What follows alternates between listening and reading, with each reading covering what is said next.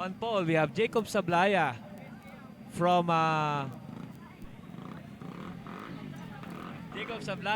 Honda Project M Kobe Racing Team, followed by his teammate from Honda, Alfonso Dre Dakigan of Sharp Honda, 108.960 against 108.377, less than half second lang. Third is our first Moto IR3 champion in the juniors category, Casey Edward Clamor from Motor Trade WRD.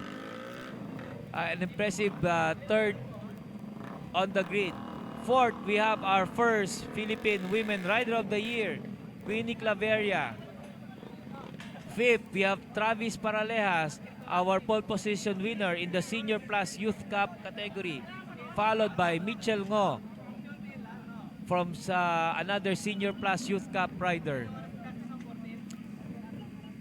Seventh, we have Joshua Sobretodo of another Senior Plus Youth Cup. So nakita nyo po, after the GP Riders, Youth Cup riders agad.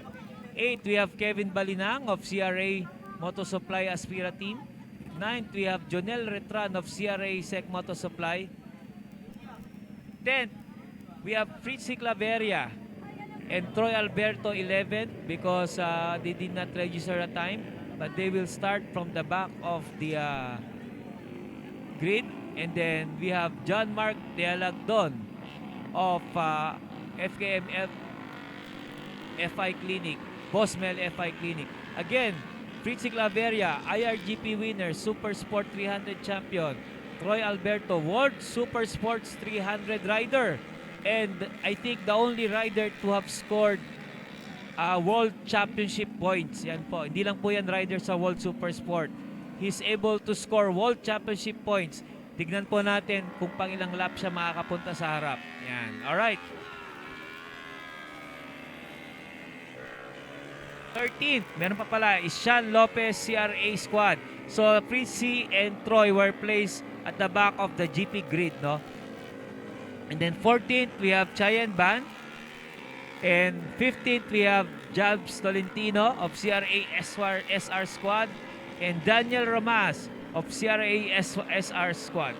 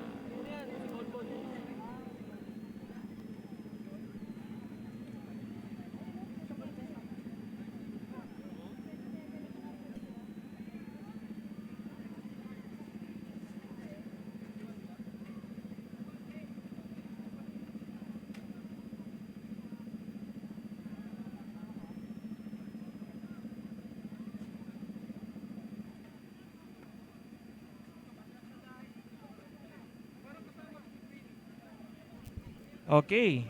Jacob Sablaya on pole from Honda Project M Kobe Racing Team.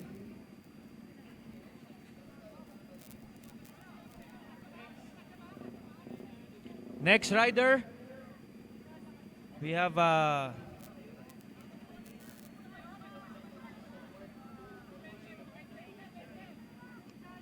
yan, that's Alfonso Dakigan. Alfonso Dakigan from Sharp Honda, second on the grid. So Alfonso will try to maintain the lead this time. He's in a good position on the front row. Third rider on the grid, we have Crazy Clamor, bike number 35 of Motor Trade WRD. His first race back since 2021. Casey Clamor was the first Moto IR3 Juniors champion. Actually, he started racing with us when we launched the mini GP bikes, and now he's a champion rider on the 400 Super Sports, and he's here in the Super Sports 300. So welcome back, Casey. Our next rider,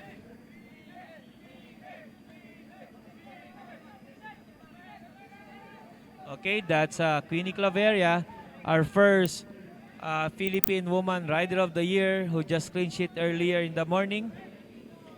Yan.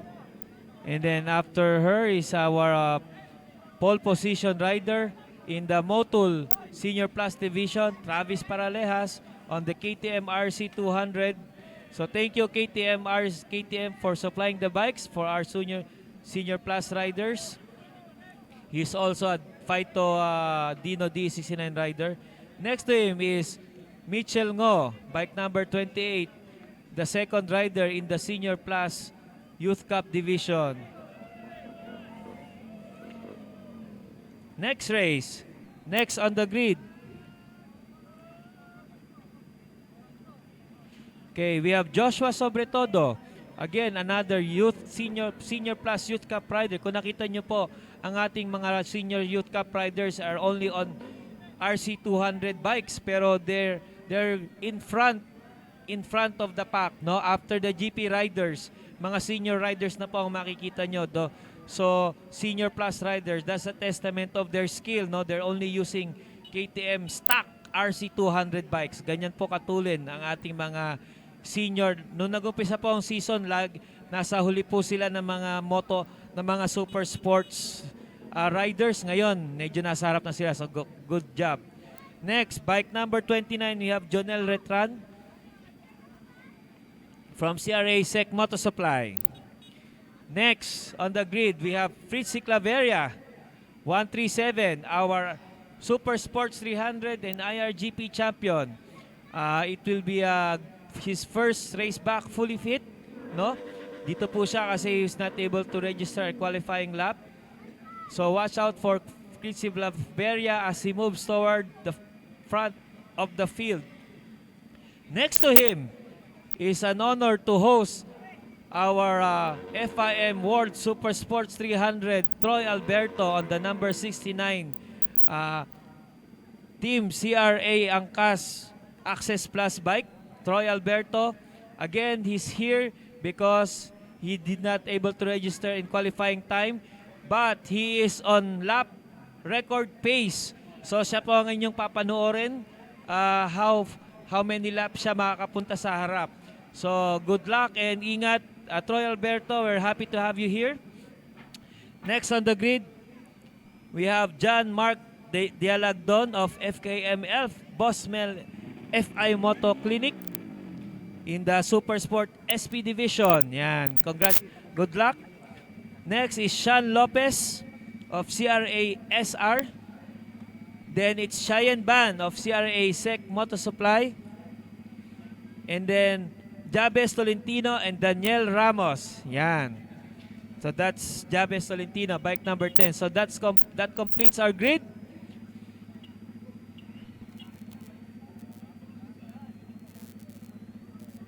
That's Cheyenne Ban.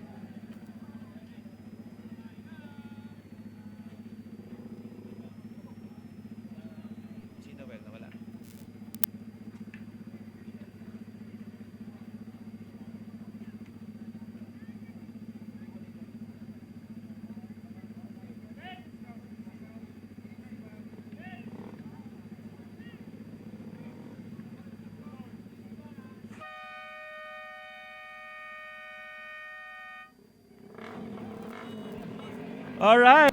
Po, madami nanonood, no? Sa atin ngayon, again, this is, again, first time in history ulit na mangyayari. Magharap-harap ang mga riders natin.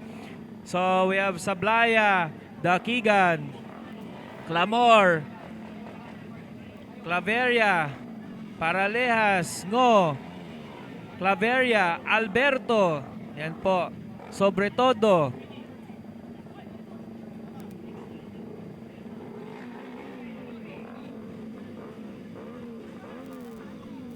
So watch out for that blue bike. On the fourth row, there's those two blue Kawasaki Ninja 400 starting from the fourth row. Let's see how fast they can get to the front safely and challenge the two Hondas and the Kawasaki again of Clamor. But they need to pass through the very talented senior youth cup riders on the KTMs. Here we go. The Motul Super Sports 300 grid here at the Motul Grand Prix final round of the Moto IR Championships.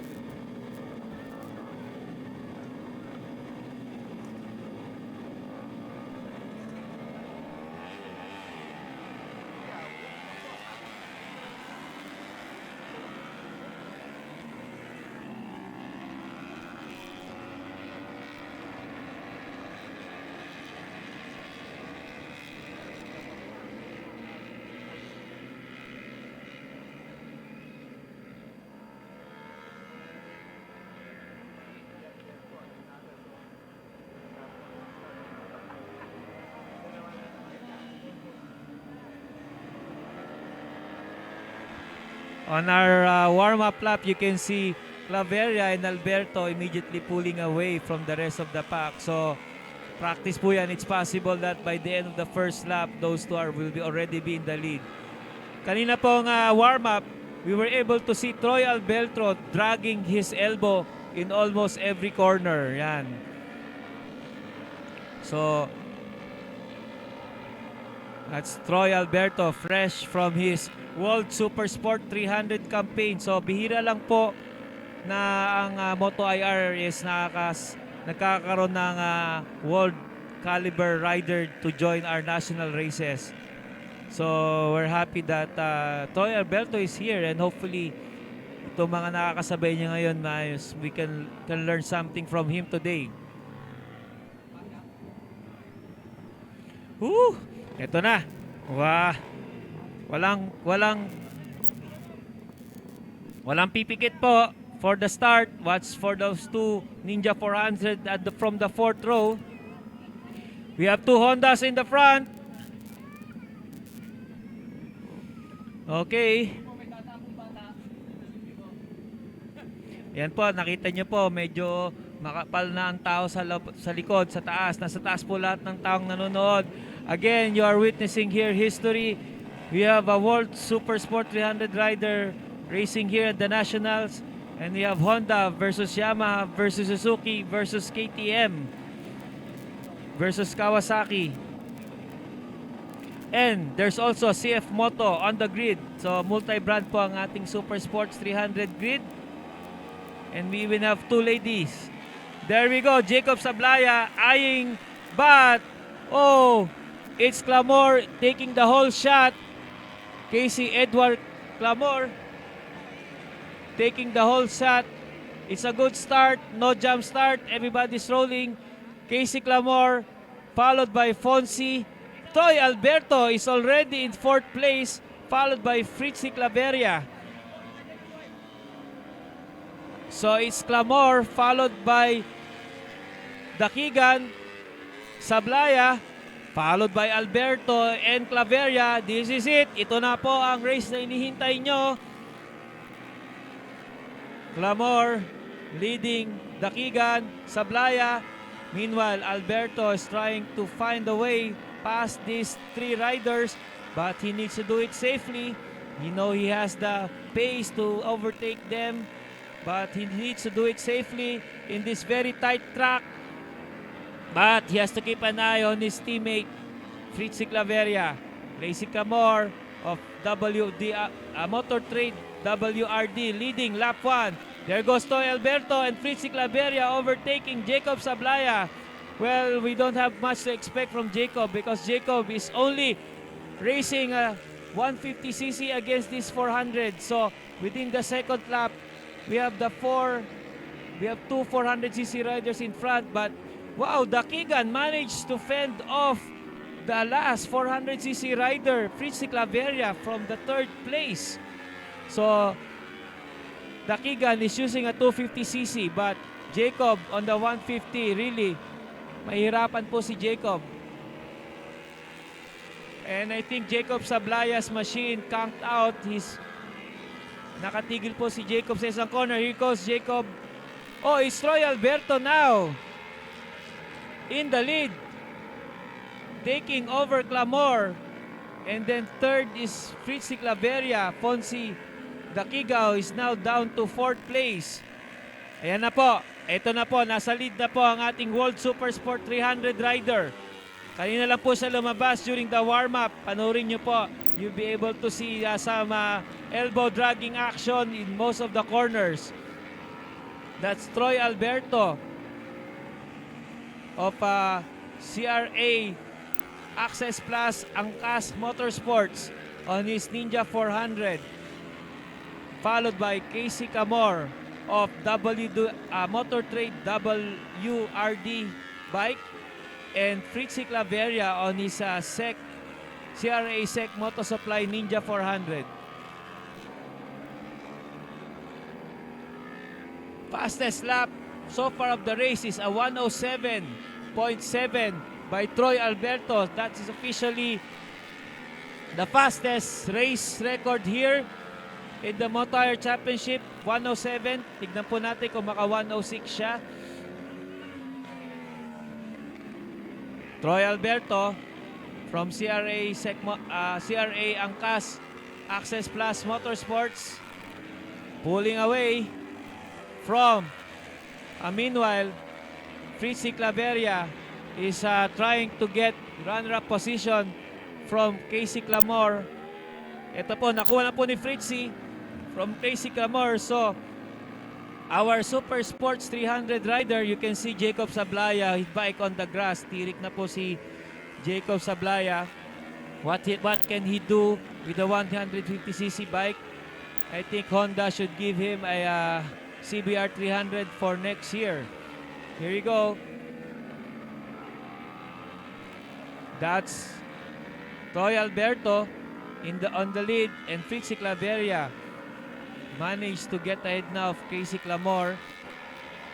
So tignan natin kung mahahabol pa ni Fritzy si Troy. But with Troy Alberto now establishing a new lap record, absolute, maybe this is the absolute track record here in Tarlac. 106.17 seconds for Troy Alberto. And wow, we just 4 laps of racing, and with back markers, Troy Alberto registered a 106.171. Whoa, nearly a 105. So, but Troy Alberto is being smart. We told him that, we expect a lot of back markers today. This is not your World Super Sport 300 grid. This is the National Super Sport 300. So, but still, Troy Alberto, wow, 106.171. So mga fans dito sa Tarlac Circuit Racing Hill, you are witnessing one of the fastest riders na here in Tarlac. This is now the absolute lap record so far, 106.171 from Troy Alberto of CRA Access Plus Angkas Motorsports. Still 7 laps to go. Ayan po, dami na nakakatingin. Yung blue bike po ang pinakamabilis. Meanwhile, your second placer, ang ating namang Tarlac Circuit Hill resident hero, Fritzy Claveria, is in second place, easily defending from Casey Clamor on the WRD Motor Trade bike. But Fonzie Dakigan nakabuntot pa rin despite only using a single-cylinder 250cc bike. Nakakasabay siya sa mga twin-cylinder bikes with more capacity. Wow! Fonzie Dakigan really showing his speed also on that bike.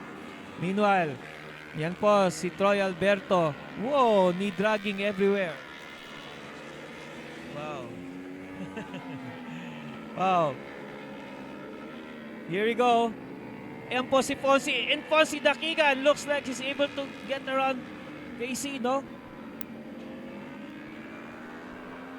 Actually po, si Fonzie Dakigan ang kalaban ni Casey Camor dati dun sa Moto IR3 All-Stars, no? So this is a reunion battle for the two of them. Dati mini GP lang sila naglalaban. Ngayon, nasa Super Sports 300 na actually the first four riders actually competed in the IR Mini GP All-Stars way back 2021. Ayan na po, Casey Clamon outside of Fritzy Claveria. But Fritzy Claveria, knowing the track like the back of his hand, alam niya kung saan lilinya at nagbe-brake to prevent such a thing. But ayan po, si Fonzie nakatutok pa rin. Parang kanina sa Moto IR race, nakabuntot lang si Fonzie. Hindi siya naiiwan. Again, Fonzie Dakigan is only using a 250cc motorcycle. And these two are using 400cc bikes. Okay, still Alberto is still 106.171. Hindi pa po niya na-break yung kanyang na-establish kanina. Fritzy is not close. 107.939 is not far away, no? So Fritzy Claveria ang second fastest with a 107.939. Ayan ang mga elbow drag ni Troy Alberto. Ito po, we are being treated here by a world-class riding. Troy Alberto dragging his elbow almost everywhere here at the Tarlac Circuit Hill. Yan po, nakita niyo po, yan po ang ating World Super Sport Rider. Hopefully we see more of him next year here again at all NAMSA Nationals. Wow. Kita niyo naman po. That's what it takes to compete at the world level. Again, this rider has scored world championship points. Hindi lang po siya nagko-compete doon. He's also able to score world championship points for himself and for the Philippines. Yan. So, of course, he's also careful with the back markers like now.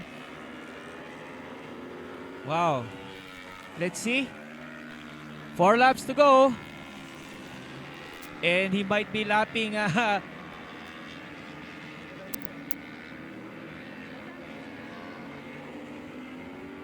where's the second place rider? There goes. Meanwhile, Fritzy Claveria is still hounded by Casey Clamor of WRD Motor Trade. Yan po, battle for second. It's between Fritzy Claveria and Casey Clamor of Motor Trade WRD. And actually, still, Fonzie Dakigan is still there. Mukhang may outside chance pa si Fonzie for third. At least a third. Tsaka po si Fonzie is just 14 years old, I think. No, 14 to 15 years old. So, he still has a lot to learn. Casey Clamor is only 14. By the way, these two riders following Fritzy Claveria, Clamor and Alfonsi, will be representing the Philippines in the Asian Talent Cup selection next month, November in Sepang. So, good luck sa dalawa na to and we hope na madagdagan uli ang names ng mga Filipino ATC riders. Oh! Is that Fritzy Claveria make a mistake? No.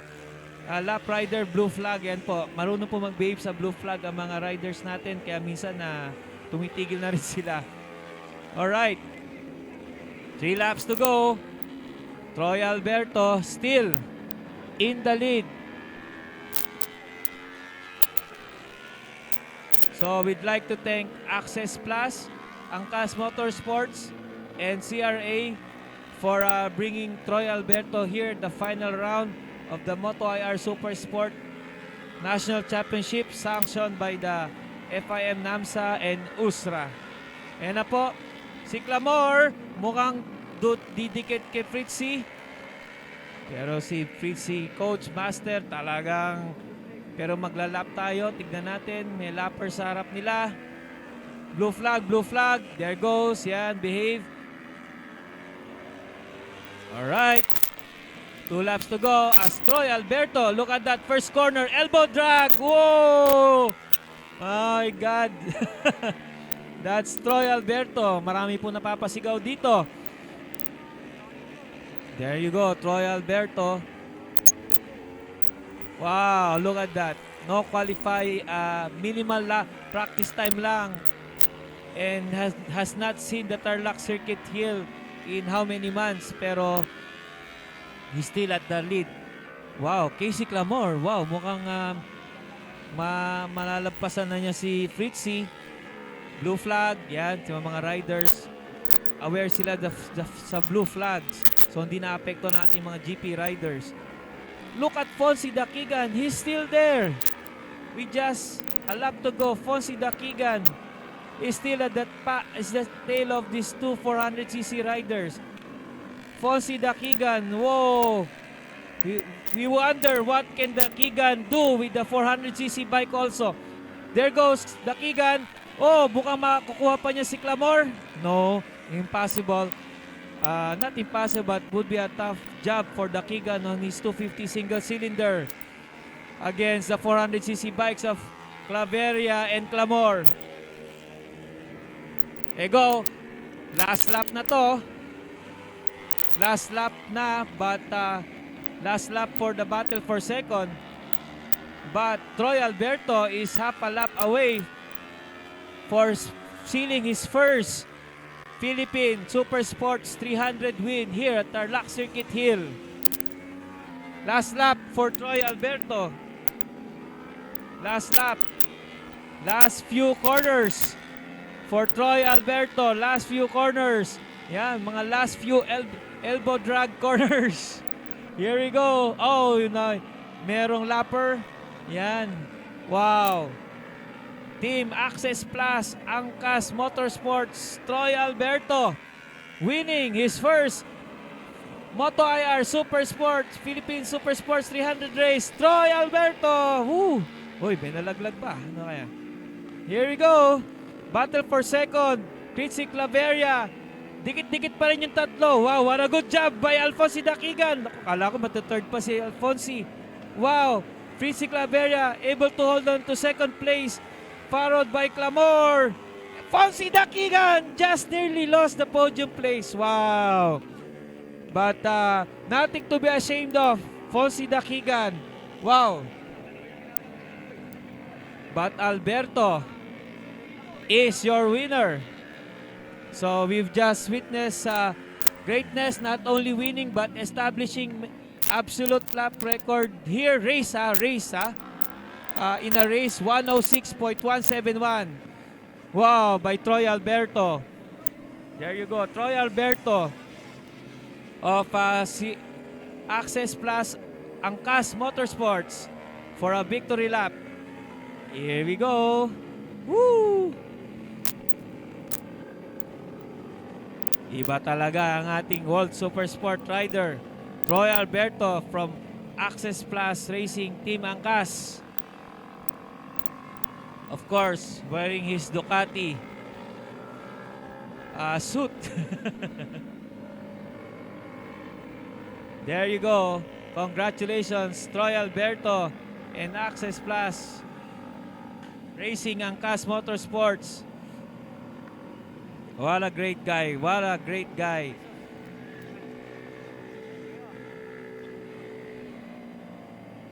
Pero not to be ashamed, the guys who finished behind Troy Alberto, Fritzy Claveria, Casey Clamore, and of course, the impressive Alfonsi Dakigan. And there's your winner in the Senior Plus Division. That's your winner in the Senior Plus Division. Youth Cup Senior Plus Division. That's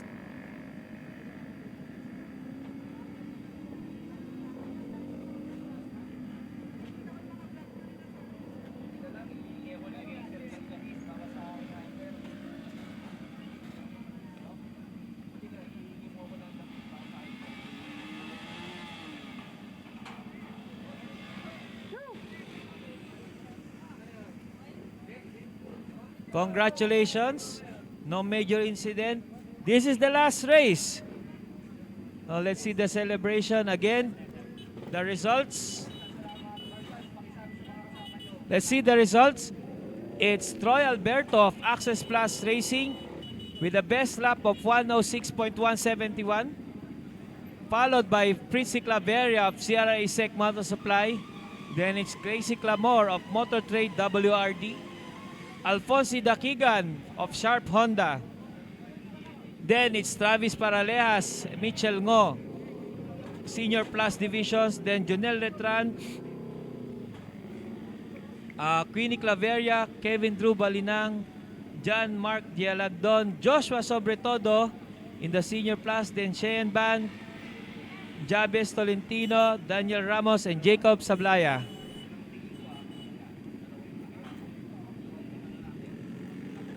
That's your winner, Senior Plus Division winner.